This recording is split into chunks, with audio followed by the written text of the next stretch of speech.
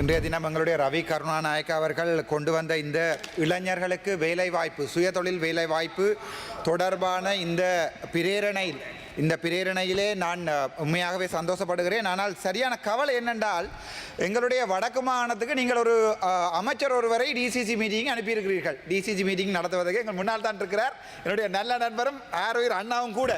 என்ன கவலை என்றால் அங்கே ஆயிரம் பட்டதாரிகள் வேலை இல்லாமல் அடிபடுகிறார்கள். 2014ஆம் ஆண்டு நான் கேள்வியோட கேட்டிருக்கிறேன். பிரதம அமைச்சர் எழுப்பி போய்விட்டார். இன்னொருவர் சொல்லியிருக்கிறார் 2 கிழமைக்கு பிறகு பதில் தருகிறேன் என்று சொல்லியிருக்கிறார். அதே நேரம் நீங்கள் பார்த்தீங்கன்னு சொன்னால் வடக்கு கிழக்கு மாகாணத்திலே நாங்கள் சுயமாக எங்களுடைய பொருளாதாரத்தை கொண்டு போகக்கூடிய கடல் வளம் விவசாய வளம் உட்பட நாங்கள் ஒரு வளம் நிறைந்த ஒரு மாகாண சபை கூட எங்களுடைய கையிலே இல்லை. அதையும் விட கவலை என்னென்றால் எங்களுடைய சுதேச வைத்தியத்துறை எடுத்து பார்ப்போம். சுதேச வைத்தியத்துறை வைத்தியர்களாக 2007ஆம் ஆண்டு கேம்பஸுக்கு போனவர்கள் நான் 2006 இன்று வரை ஒரு நியமனம் இல்லாமல் இருக்கிறார்கள். அதுக்கு எங்களுடைய சிவஞானம் ஸ்ரீதரன் ஐயா சொன்னாராம், நீங்கள் சுதேச வைத்தியராக வேலை செய்யாமல் அப்படி என்றால் ஒரு டெவலப்மெண்ட் ஆஃபீஸராக வேலை செய்ய என்றால் அப்படியான பாராளுமன்ற உறுப்பினர்களை யாழ்ப்பாணத்திலிருந்து அனுப்பிவிட்டு அதற்கு பிறகு நாங்கள் எந்த பிரதிபலனையும் ஏற்கலாது. அதே மாதிரி பார்த்தீங்கன்னு சொன்னால் இந்த தையிட்டி விகாரை மயிலிட்டி விகாரை நான் எங்களுடைய அமைச்சருக்கு நேராக சொல்லியிருக்கிறேன். நாங்கள் இது நேரடியாக போய் கதைத்து அதை நிப்பாட்ட வேண்டிய தேவை எங்களுக்கு இருக்கிறது. அதிலே அரசியல் செய்கிறார்கள் என்று மயிலிட்டியிலே இப்போது அந்த ஹாபர் கிட்டத்தட்ட இந்திய மீனவர்களுடைய 200-300 போட் அங்கே ஒரு போட் கூட இந்த பாராளுமன்றத்தினுடைய அரைப்பகுதிக்கு வரும். அந்த போட்களை தயவு செய்து அகற்றி அங்கே இருக்கிற இளைஞர்களுக்கு வேலை வாய்ப்புகளை வழங்க வேண்டிய தேவை, அந்த முடிவுகளை எடுக்க வேண்டிய வேலை எங்களுடைய அமைச்சருக்கு இருக்கிறது. அரசியல் செய்ய வேண்டும் என்பதற்காக செம்மணிக்கு வந்துவிட்டு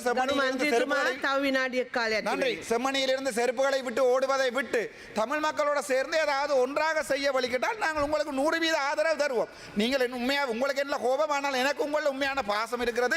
அண்மையில் கூட ஜெர்மனியிலிருந்து சொன்னார், இல்லை அவரை அவமானப்படுத்த வேண்டாம், அவருக்கு உதவி செய்வதற்கு ட்ரை பண்ணுங்கள். நான் சொன்னேன், நான் அவருக்கு எப்பயோ லிஃப்ட்டில் சொன்னான் நான் இவருக்கு உதவி செய்கிறேன் என்று சொன்னான். ஆனால் அவர் ஒருபோதுமே எங்களுடைய வளங்களை பாவிப்பதும் இல்லை, எங்களை பற்றி நாங்கள் சொல்வதையும் கேட்பதும் இல்லை. அதை விட வடக்கு மாகாணத்திலே ஒரு பாராளுமன்ற உறுப்பினருக்கு தர வேண்டிய 10 மில்லியன் டைவர்சிஃபைட் ஃபண்ட், அதாவது பன்முகப்படுத்தப்பட்ட நிதி பாராளுமன்ற உறுப்பினர்களுக்கு சிறப்பாக இருக்கு. அந்த பாராளுமன்ற நிதியை கூட எங்களுடைய அமைச்சர் இன்று வரைக்கும் வடக்கு மாநிலத்தில் இருக்கிற 6 பேருக்கும் எடுத்து தரவில்லை. எடுத்து தந்திருந்தால் அதிலே நாங்கள் ஒரு சிறந்த செயற்திட்டம் ஒன்றை செய்து வைத்திருக்கலாம். அதையும் விட நான் முக்கியமான ஒரு விடயத்தை சொல்லி முக்கியமான விடயம், எங்களுடைய கனடாவிலே ஒன்டாரியோ மாகாணத்திலே ஸ்கான்பரோ விலை 26ஆம் தேதி ஒட்டுமொத்த தமிழினமும் ஒன்றாக சேர்ந்து 64 உடலங்கள் எடுக்கப்பட்டிருக்கிறது. உங்களுக்கு நன்றாகவே தெரியும். தமிழனாக தேசிய தலைவர் கூட எங்களுடைய எங்களுடைய விமல் வீரவன் செல்ல அவருடைய நண்பர் எங்களுடைய வசந்த சமரசிங் அவர்கள் சொன்னார், நாங்கள் பயம் இங்கே உள்ளே கதைப்பதற்கு வெளியே நாங்கள் கிட்டத்தட்ட 30 வருடங்களுக்கு தனிநாடு நடத்தினோம். நன்றி, வணக்கம்.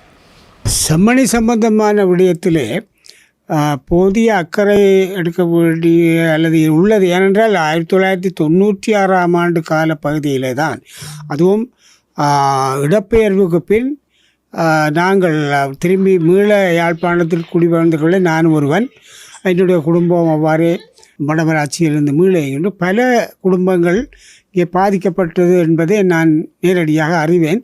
ஆகவே இந்த அச்சுறுத்தல் காலத்தில் வாழ்ந்தவன் என்ற முறையில் இந்த செம்மணி ஒரு பாரதூரமான மனித இனப்படுகொலை கொலைக்கான ஒரு அடையாளமாகத்தான் நாங்கள் பார்க்கிறோம். அந்த வகையில் இப்பொழுது இந்த செம்மணி, அதாவது செம்மணி என்ற பெரும் நிலப்பிறப்பில் சித்துப்பாத்தி என்றது அரியாலை மக்களுக்கான இடுகாடும் சேர்ந்தது.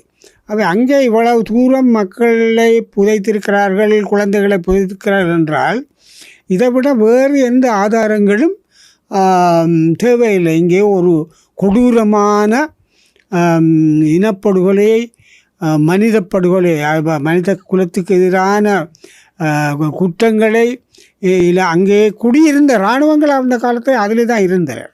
அவை அதை அறுதரம் மறுதளிக்க முடியாது. முள்ளி சந்தியில் இருந்து செம்மணி வரையிலே அடர்த்தியாக இராணுவ பிரசன்னம் இருந்தது. அவை அந்த இராணுவத்துக்கு தெரியாமல் எதுவும் நடந்திருக்க வாய்ப்பில்லை. அவர்களே தான் இவ்வளவு கொலைகளையும் 300, 400 அல்லது 500, 600 சொல்கிறார்கள். அந்த அளவுக்கு எண்ணிக்கையான நூற்றுக்கணக்கான சிவிலியன்ஸ்களை, பொதுமக்களை, குழந்தைகள் உட்பட கொண்டு குளித்திருக்கிறார்கள், தாற்றிருக்கிறார்கள் என்ற நிலை இங்கே வெளிவருகிறது. இப்பொழுது வரையில் இந்த ஆய்வில் 65 உடலங்கள் கண்டெடுக்கப்படுகிறது. இன்னும் மேலும் நூற்றுக்கணக்கிலே அது கண்டெடுக்கப்படலாம் அந்த பிரதேசத்தில் என்று நாங்கள் நம்புகிறோம். ஆகவே இந்த அரசாங்கமானது இதை உண்மையை இனி ஏற்றுக்கொண்டாக வேண்டும்.